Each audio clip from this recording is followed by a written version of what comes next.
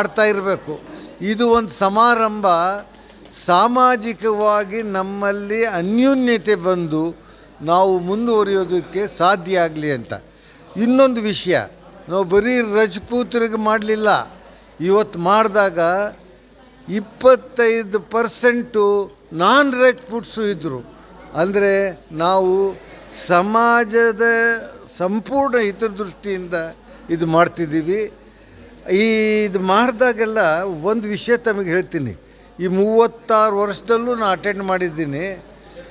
ಎಲ್ಲೋ ದೈವಶಕ್ತಿ ಬಂದು ತನಗೆ ತಾನೇ ಚೆನ್ನಾಗಿ ನಡೆಯುತ್ತೆ. ಹೇಗೆ ನಡೆಯುತ್ತೆ, ಯಾಕೆ ನಡೆಯುತ್ತೆ ಅಂತ ಕಾರಣನೇ ಗೊತ್ತಾಗಲ್ಲ, ಅಷ್ಟು ಚೆನ್ನಾಗಿ ನಡೆಯುತ್ತೆ. ಅದು ದೈವ ಬಲ, ಅದೇ ದುರ್ಗಾ ಮಾತೆಯ ಆಶೀರ್ವಾದ ಅಂತ ನಾನು ತಿಳ್ಕೊತೀನಿ. ಅದು ಮುಂದುವರ್ಕೊಂಡು ಹೋಗಲಿ ಅಂತ ನಾವು ಆದಷ್ಟು ಪ್ರಯತ್ನ ಪಡ್ತಿದ್ದೀವಿ. ನಮ್ಮ ಅಧ್ಯಕ್ಷರು ಅಜಿತ್ ಸಿಂಗ್ ಅಂತಿದ್ದಾರೆ, ಅವರು ಒಂದು 6 ತಿಂಗಳಿಂದ ನೋಡಿ, ಸಣ್ಣ ರಜಪೂತ್ ಸಮಾಜ ನಾವು 2%ಗಿಂತ ಕಡಿಮೆ ಇರೋರು ರಾಜ್ಯದಲ್ಲಿ. ನಮ್ಮ ಕರ್ನಾಟಕ ರಾಜ್ಯಕ್ಕೆ ಒಬ್ಬರು ಚೀಫ್ ಮಿನಿಸ್ಟರ್ ಕೊಟ್ಟಿದ್ದೀವಿ ನಾವು. Dharam Singh chief minister is from our community. ಆದ್ದರಿಂದ ನಮ್ಮಲ್ಲಿ ಏನೋ ಒಂದು ರೀತಿ ರಜಪೂತ್ ಸಮಾಜದಲ್ಲಿ, ರಜಪೂತರಲ್ಲಿ ಒಂದು ರಾಯಲ್ ಟಚ್ ಅಂತಾರಲ್ಲ, ಅದಿದೆ. ರಾಯಲ್ ಟಚ್ ಅಂದರೆ ಏನು ಅಂದರೆ ಒಂದು ರಾಜ ಮರ್ಯಾದೆ, ರಾಜ ಗಾಂಭೀರ್ಯ ಇದೆ ಇದರಲ್ಲಿ. ನೀವು ಕೇಳಿರ್ಬೋದು ಎಷ್ಟೋ ಕಡೆ ರಜಪೂತ್ ಕಾ ವಾದಾ ಹೇ ಅಂತ. ಅಂದರೆ ರಜಪೂತ್ ಕಾ ವಾದಾ ಹೇ ಅಂದರೆ ರಜಪೂತನು ಏನಾದರೂ ಒಂದು ವಾದ ಮಾಡಿಬಿಟ್ರೆ ಅದು ಯಾವತ್ತೂ ಅವನು ಆ ವಾದನ ಇದು ಮಾಡಲ್ಲ. ಆದ್ದರಿಂದ ರಜಪೂತ್ ಕಾ ವಾದಾ ಹೇ ಅಂತ ಫೇಮಸ್ಸು.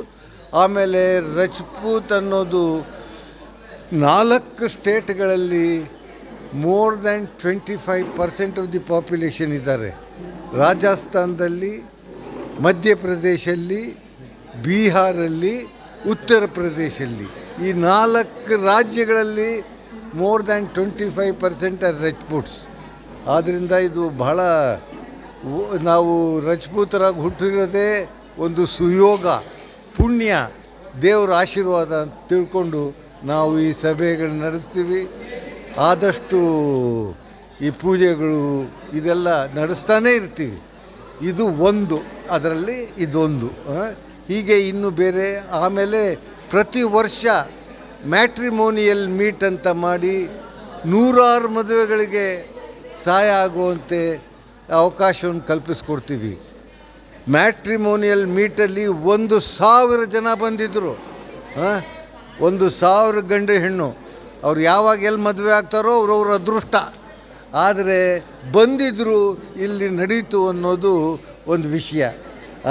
ಇದು ಹೆಮ್ಮೆ, ನಮಗೆ ಹೆಮ್ಮೆ. ಆದ್ದರಿಂದ ಈ ಸಭೆ ನಿಜವಾಗಿಯೂ ಒಳ್ಳೆ ಕೆಲಸ ಮಾಡ್ತಿದ್ದೆ.